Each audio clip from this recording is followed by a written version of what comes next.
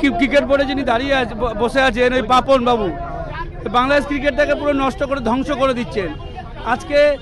আজকে তামিম ইকবালের মতন একজন প্লেয়ার, অত বড় মাপের প্লেয়ার এই বিশ্বকাপ খেলতে পারে। এই বিসিবির সামনে গিয়ে আমরা প্রতিবাদ করিনি, মানববন্ধন করিনি যে তামিমকে ছাড়া আমি ওয়ার্ল্ড কাপে যাব না।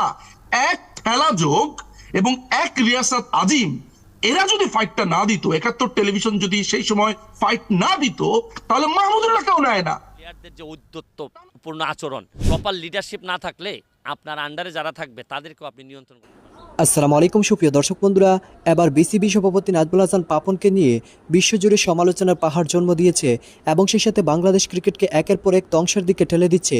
দর্শক বন্ধুরা, এবার ভারতীয় সমর্থকরা তামিম ইকবালকে বিশ্বকাপে না নেওয়াকে কেন্দ্র করে বিসিবি সভাপতি নাজমুল হাসান পাপনকে দোষারোপ করে যাচ্ছে এবং তারা বলে যাচ্ছে এই ব্যক্তি নাকি বাংলাদেশ ক্রিকেটকে ধ্বংসের দিকে ঠেলে দিচ্ছে। দর্শক বন্ধুরা, অন্যদিকে এবার সেই সকল বিষয়গুলোকে কেন্দ্র করে ব্যারিস্টার সাইদুল হক সুমন অত্যন্ত চমৎকার কিছু বার্তা দিয়েছেন এবং তিনি অত্যন্ত গুরুত্বপূর্ণ কিছু কথা বলেছেন। তো দর্শক বন্ধুরা, আপনাদের মাঝে সেই সকল কথাগুলো তুলে ধরেছে এবং সেই সাথে বাংলাদেশ ক্রিকেটে যে সকল দুর্নীতি এবং অনিয়ম সৃষ্টি হয়েছে, সেখানে তো মাহমুদুল্লাহ রিয়াদও বিশ্বকাপে না থাকার কথাই ছিল, যদিও ৭১ এবং খেলা যুগের নানা প্রশ্নে শেষ পর্যন্ত বিশ্বকাপে চান্স পেয়েছিলেন মাহমুদুল্লাহ রিয়াদ। তো দর্শক বন্ধুরা, চলুন আমরা তাদের সেই সকল কথাগুলো শুনে নেই। অবশ্যই ধৈর্য সহকারে পুরো ভিডিওটি দেখবেন, তাহলে এই সকল বিষয়গুলি পরিপূর্ণ শুনতে পারবেন। ওই জায়গাতে দ্বারা শ্বাস নেওয়ার জন্য ওদের পুঁজি, আমাদের আবেগটা। Why you are in Dhaka while that tournament is going on? তখন যদি আপনি কলার চেপে ধরতেন, তখন যদি আপনি প্রশ্নের বিনে আপনি বিদ্রোহ করতেন, আজকে এই বার্তা পারতে পারতো না।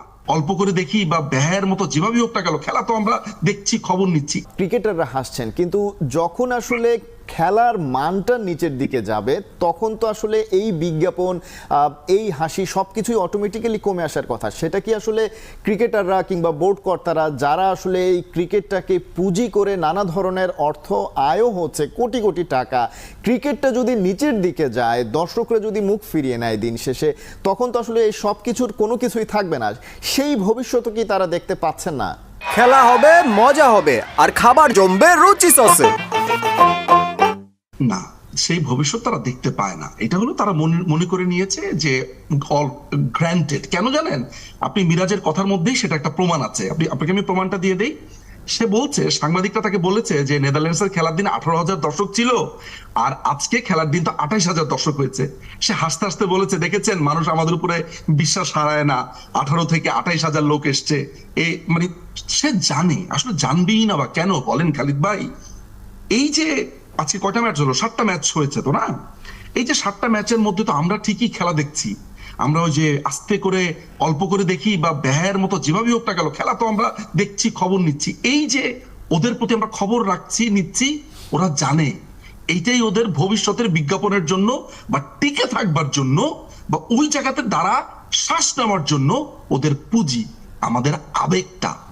এই আবেগ যদি বাঙালির দর্শক এখন কন্ট্রোল করতে পারে এবং সবাই মিলে যদি একত্রীভূত হয়, শুধু এই স্কোয়াডে থাকা 15 জন না কিন্তু, বা মাঠে খেলা 11 জন না, বা যে কোচিং স্টাফ না, আমাদেরকে এখন খুঁজে বের করতে হবে যে বিসিবির পাপন সাহেবের সাথে আর কারা কারা জড়িত আছে এটাতে, আর কারা কারা এটার সাথে এই পুরো স্ক্যামে তারা জড়িত।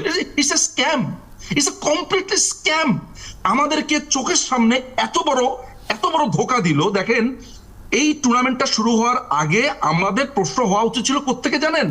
আমি আবার ব্যর্থতা মেনে নিচ্ছি দর্শক হিসেবে। কিভাবে? সাকিব যখন শ্রীলঙ্কা থেকে ঢাকাতে আসলো শোরুম উদ্বোধন করার জন্য, আমি দর্শক হিসেবে কোশ্চেন করার কথা ছিল, why you are in Dhaka while that tournament is going on? তুমি কেন ঢাকাতে? I didn't ask that question. কেই করেনি তাকে কোশ্চেনটা, তাকে অ্যাকাউন্টেবিলিটির মধ্যে তাকে আনা হয়নি।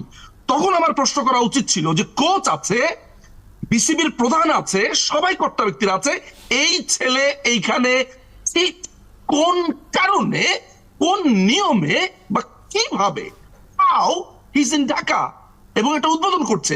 তখন যদি আপনি কলার চেপে ধরতেন, তখন যদি আপনি প্রশ্নের বিনে আপনি বিদ্রোহ করতেন, আজকে এই বার্তা পারতো না।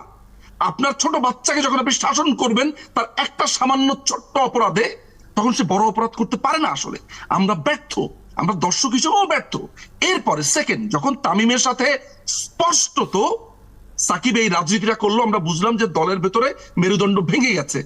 আমরা প্রশ্ন করিনি, আমরা এই বিসিবির সামনে গিয়ে আমরা প্রতিবাদ করিনি, মানববন্ধন করিনি যে তামিমকে ছাড়া আমি ওয়ার্ল্ড কাপে যাব না।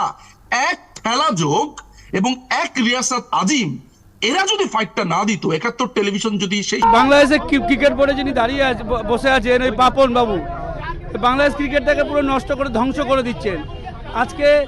আজকে তামিম ইকবালের মতন একজন প্লেয়ার, অত বড় মাপের প্লেয়ার এই বিশ্বকাপ খেলতে পারলো না। সে নাকি বলেছে 5টা গেম খেলবে, এটা কখনো হয়? একটা ইন্টারন্যাশনাল প্লেয়ার বলে?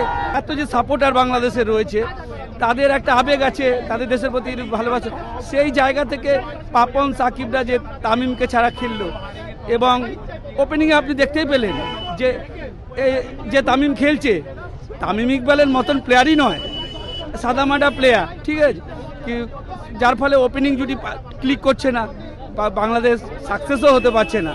এই পাপনের পদত্যাগ করা উচিত। আর ক্রিকেট বোর্ড যদি পরিবর্তন না হয় তাহলে মনে হয় না যে বাংলাদেশটাকে উন্নতি করতে পারবে। আর বাংলাদেশ ক্রিকেট বোর্ড সিনিয়রদের সম্মান করে না, প্রতিটা সিনিয়রদের সাথে ক্রিকেট বোর্ডের ঝামেলা আছে।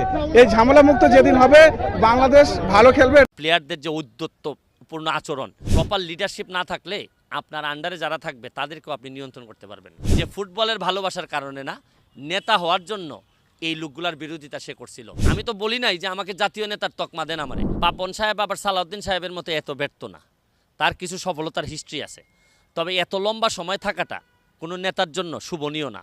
যেহেতু বাংলাদেশ এখন টিমটা ভালো করতেছে না, আমি তো সবসময় বলি যে পাপন সাহেবেরও উচিত, এটা আমি বলবো না যে ব্যর্থতার দায় মাথায় নিয়ে, উচিত ছিল যে নিজের সম্মান রক্ষার্থে ওনার এই জায়গাটা আপাতত ছেড়ে দেয়, আরও কোয়ালিফাইড লোককে নিয়ে আসা, এটাই আমার বক্তব্য। কারণ আপনারা দেখতেছেন যে আমাদের ওয়ার্ল্ড কাপে পারফরমেন্স এবং আমাদের প্লেয়ারদের যে ঔদ্ধত্যপূর্ণ আচরণ, আসলে হয়েছে কি, মানে প্রপার লিডারশিপ না থাকলে আপনার আন্ডারে যারা থাকবে তাদেরকেও আপনি নিয়ন্ত্রণ করতে পারবেন না। মাশরাফি, আমি মনে করি তার সাথে আমার ব্যক্তি সম্পর্ক অনেক ভালো।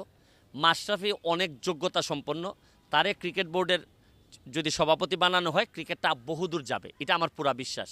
তবে আমি বিশ্বাস করি ফুটবল ফেডারেশনের কোনো দায়িত্বই আমার যাওয়া উচিত হবে না, আমাকে নেওয়া উচিত হবে না।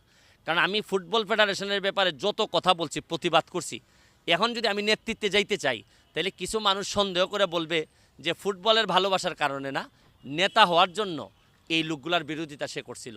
সীতার যেভাবে অগ্নি পরীক্ষা দিতে হয়েছিল, যে মানুষ হয়তো চিন্তা করছিল যে তার সতীত্ব নিয়ে, আমারও কিন্তু এই সতীত্বের পরীক্ষার জন্যই আমাকে আপাতত এই ফেডারেশনে যাওয়া যাবে না। না, মানুষ বলতেই পারে এটা আমার হয়তো আমাকে পছন্দ করে বলে, কিন্তু আমি ব্যক্তিগতভাবে মনে করি আমি ফুটবল ফেডারেশনের জন্য এখন প্রস্তুত না।